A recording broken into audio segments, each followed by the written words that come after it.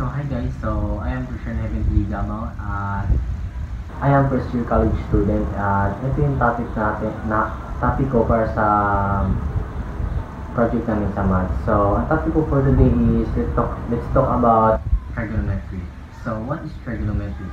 So trigonometry is a branch of mathematics that deals with relationship between side and angle of the triangle.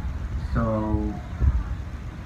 trigonometry is my most favorite branch of mathematics, and this is the hardest branch of math. So today I will teach you the basic concept and basic things that you should learn about trigo. So you can learn and studying them easily too.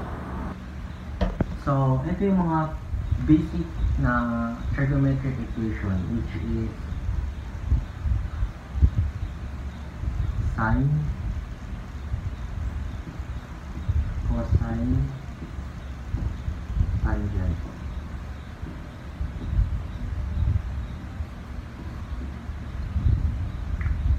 Yan yung mga basic trigonometric equation. So I want you to remember this.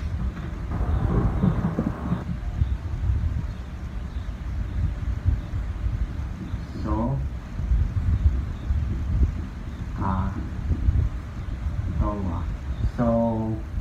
ito yung mga nagde-describe sa mga identities na to. So, ang ibig sabihin yan is, ang sine is opposite over hypotenuse. Ang cosine naman is ka.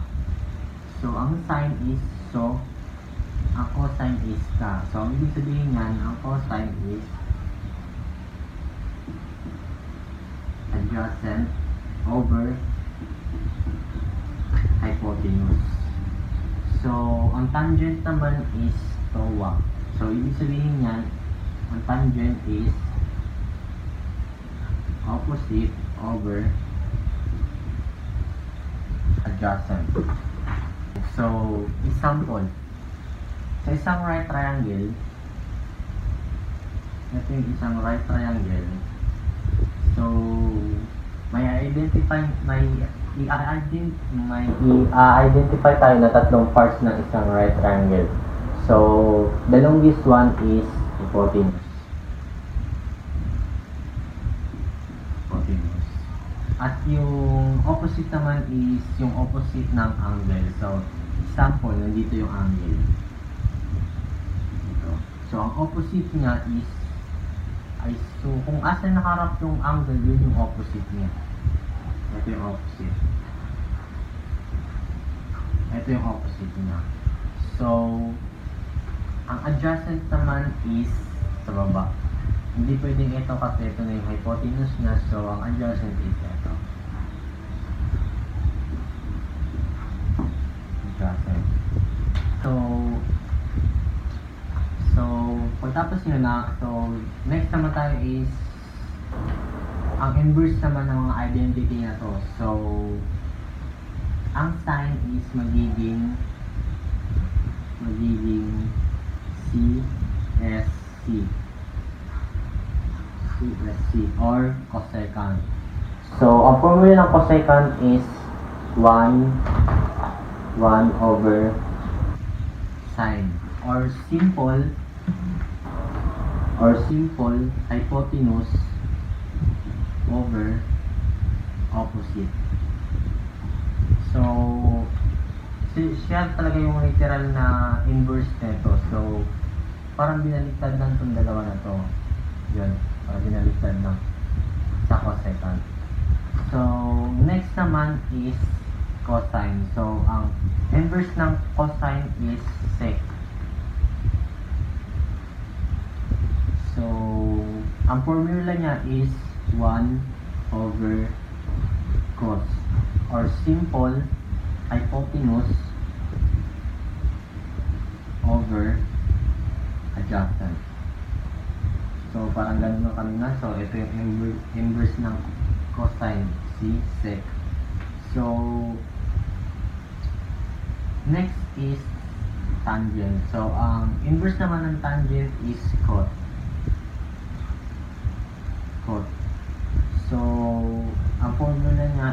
1 over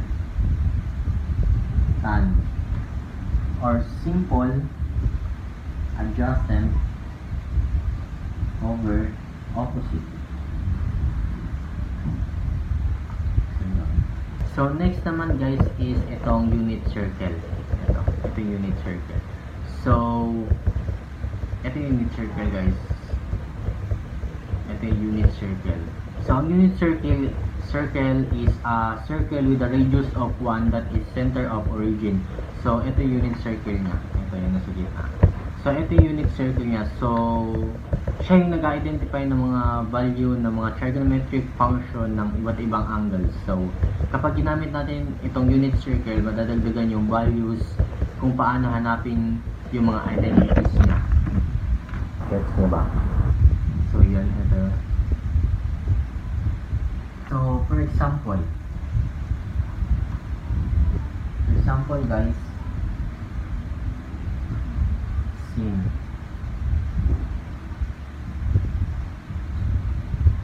So for example, sin, sine. So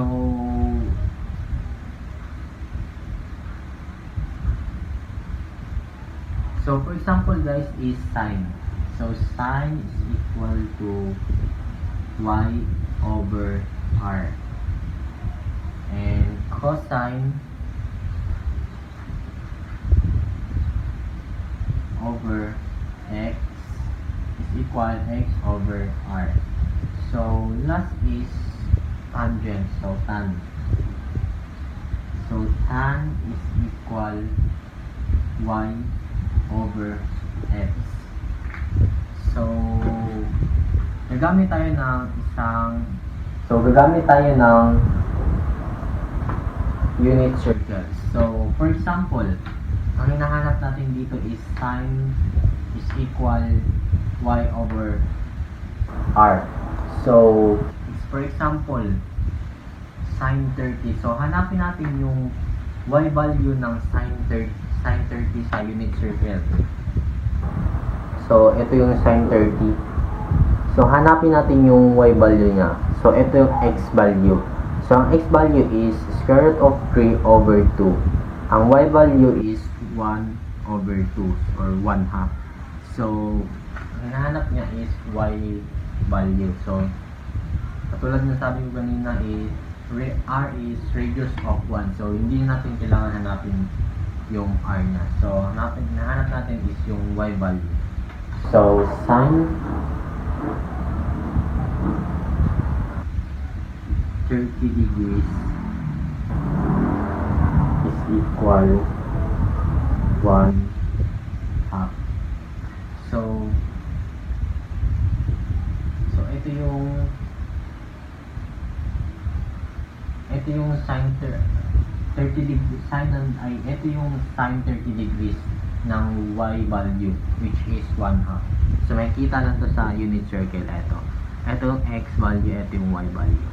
So next naman is cosine. So example, cosine 135. So hanapin lang natin sa unit circle ang 135. So ito 135, ito. So ang x value niya is square root of negative 3 over 2. Ang y value is 1 over 2 or 1 half. So ang hinahanap natin is x value. So itong square root of negative 3 over 2. So cos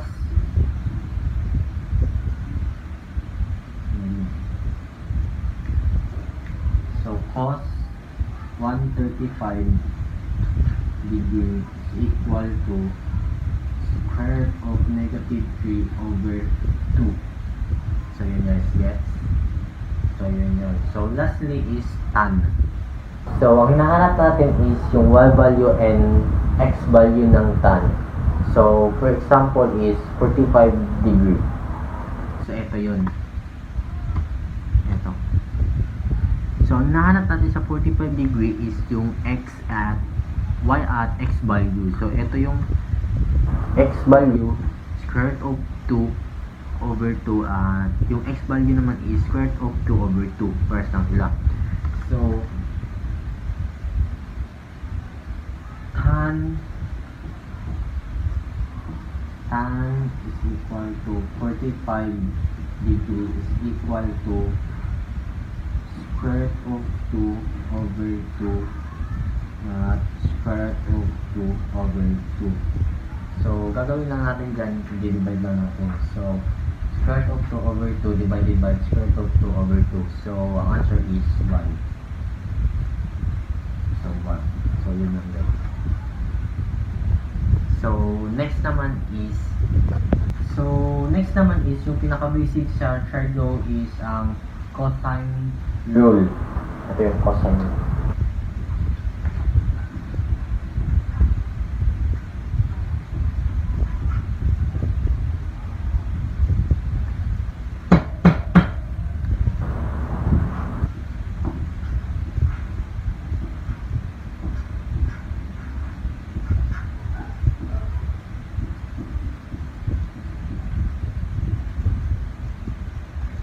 Cosine rule. So, ginagamit lang tong formula ang formula ng cosine rule is a squared is equal b squared plus c squared is equal to bc cos a. So, yan. So, ginagamit lang ito kapag identify ng mga missing side. For example, sa isang triangle,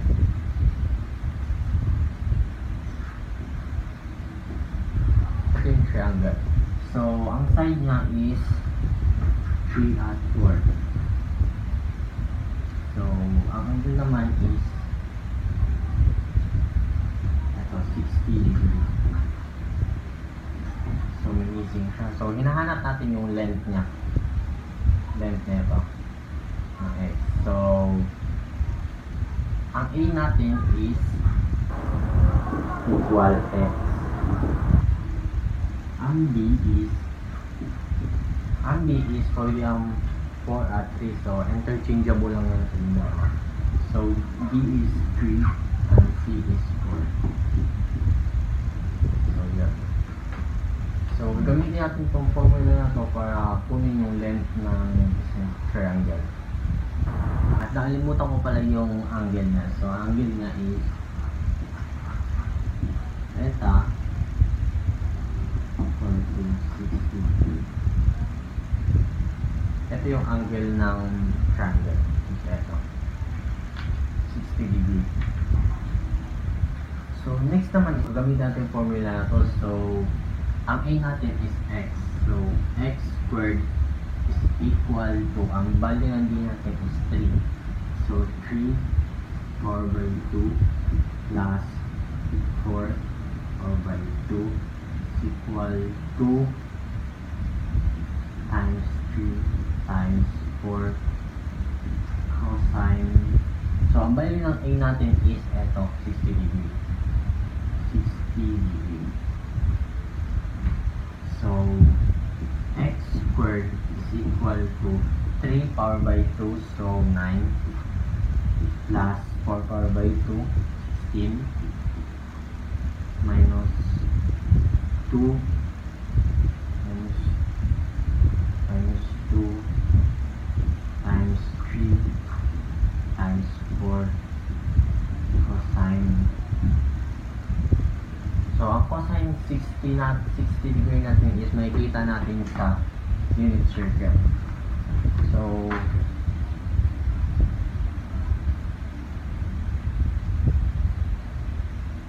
ito yung 30 degrees ng 60. So, 60. So, x value yung hinahanap natin.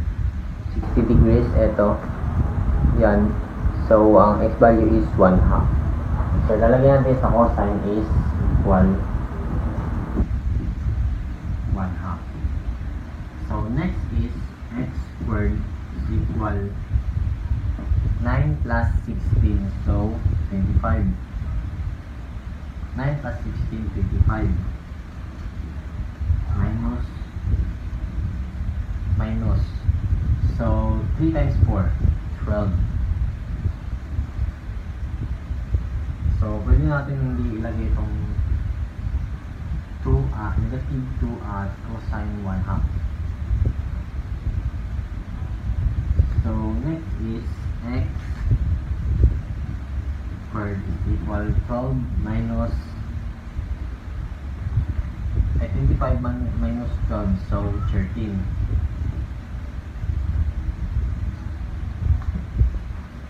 So, 12 minus 13, so para mawala yan, i-square natin siya. So, x equal to square root of 3. Side. Ito, makuha lang natin yung value ng third side pag ginamit ang cosine rule. So, applicable lang ang cosine rule sa lahat ng triangle. Basta ang given is dalawang side or tatlong included angle o kaya naman tatlong side. Doon lang po nagtatapos. Doon lang po. Maraming salamat.